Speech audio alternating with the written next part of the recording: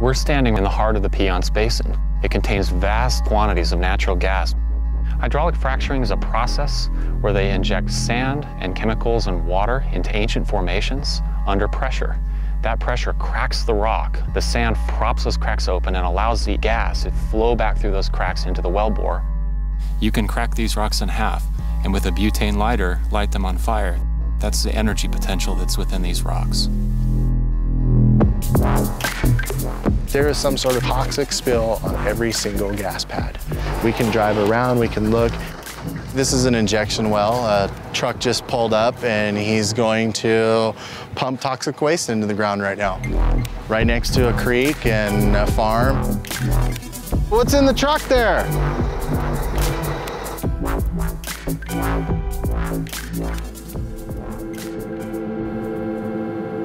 Natural gas development in western Colorado has taken off exponentially.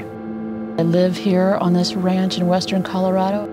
The development in this area since 2003 has been pretty aggressive, particularly in light of the known, documented, and ongoing impacts to the environment. I was a pump hand for a contractor. Now that I know what was going on and the harm that, that process causes, it really bothers me to know that we were pumping raw flowback directly to a drilling rig. There are rules that state that you can't use diesel fuel to drill with. Well, if it's not been processed and classified as diesel fuel, then it's not diesel fuel.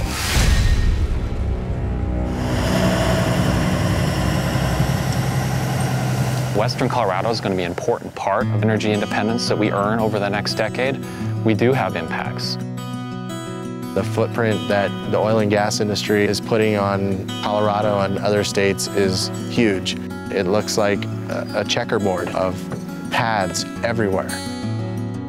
I'm totally surrounded, and the pad that I have on my property is right here in the corner, but I had to fight to get it to go in the corner instead of the middle of my land. There's one tank that's got oil in it, pulls it out of the natural gas stream, and the other 4 for production water. And then over there are the metering sheds, which actually meter the gas out. The gas goes from there and comes across here and up a pipeline and out of the property. The oil and gas impacts just about everything. The number of neighbors I've got, the number of people who travel this road has, I used to get maybe a dozen or 2 during a day. Well, now I get several hundred a day. This used to be public land. You could go here, you could hunt here, you could fish here. You can't go here now. It's leased land. You're trespassing if you go over there.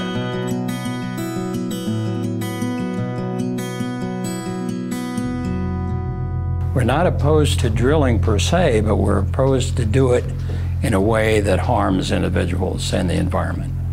I tried to build in the State House this year that didn't work. I'm the co-chair of the Battlement Concerned Citizens.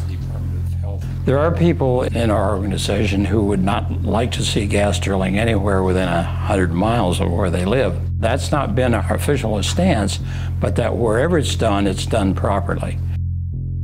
Right over here along this green belt here where the trees are is Parachute Creek. It's been contaminated from a spill that happened. It was coursing with extraordinarily high levels of benzene. We'd experienced an incredible seep that continues to this day into the shallow groundwater. It's important to keep in mind that there's over 200,000 people within the communities of the Piceance Basin. By and large, their experience with the natural gas sector has been a positive one that results in jobs and prosperity.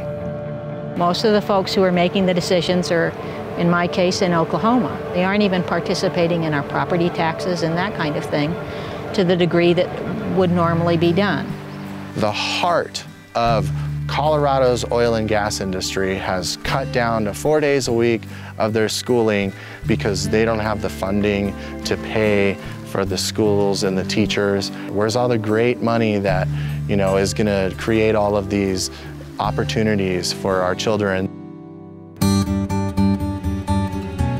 The The demand for energy in the United States is great. We have to communicate to the public where that energy comes from, that electricity doesn't come from a switch, but that it comes from the men and women and people who work in communities like ours to produce energy in a way that's affordable. This technology, if it is not stopped, I believe will destroy this planet. I would really like to see a lot stiffer regulation. I know we need oil and gas for the type of lifestyle that we live in right now.